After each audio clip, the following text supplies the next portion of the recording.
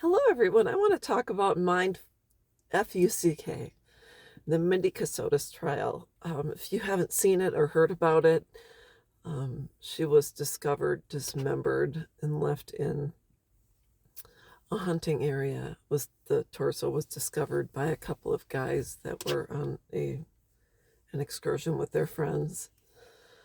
And her husband is now on trial, and I think he has been convicted of her murder. And if you just look at the testimony of Nicholas Kassotis, her then husband, or husband at the time of her murder, just watch his testimony. It's a total mind fuck. That's what it's like being married to someone who's mentally and emotionally abusive. He keeps referring to this Jim McIntyre as someone who had control over their social media finances and everything, and I don't know. It's an imaginary friend. He must have had a skit or a part on Sesame Street, because I've never seen anything like this. They moved umpteen times, lived in fear.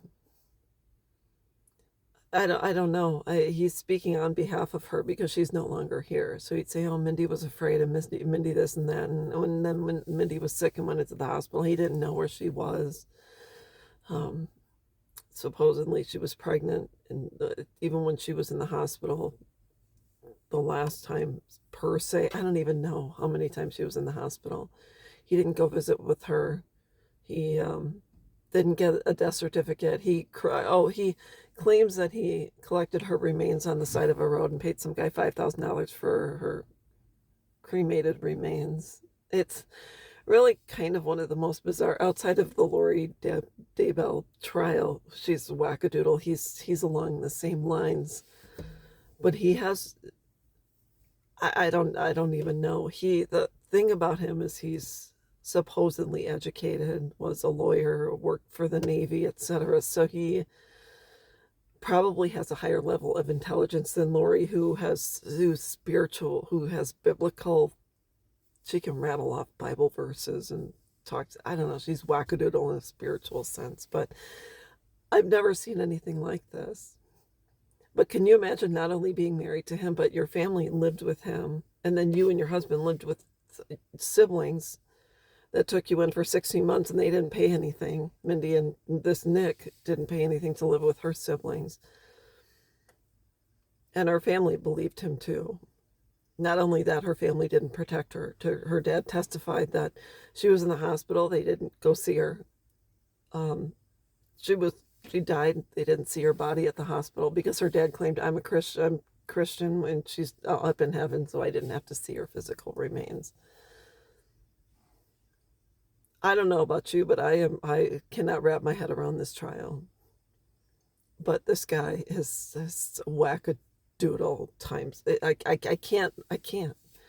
I'm sitting here going, are you kidding me? Is that your final answer? He has an answer for everything. So he was married once to, I forgot her first name, maybe Heather, owed her a bunch of money when they divorced, because supposedly he was worth $32 million, so he owed her 1.5. And then she asked him to take their marital home out of his name so she could use her VA loan again to purchase a different home after their divorce.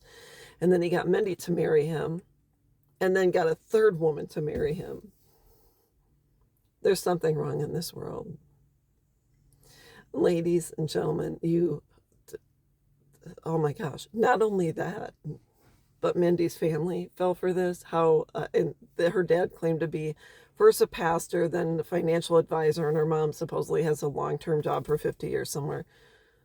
And then she has siblings. So nobody caught on to this guy. I'm baffled. You have to watch his testimony and you'll understand, and then you make a comment underneath this post. But holy crap. That's all I've got to say about it. This poor girl, who people described as loving and kind. She had a podcast and everything, but unbelievable. Like, just watch it and tell me what you think. So anyways, I'll be back.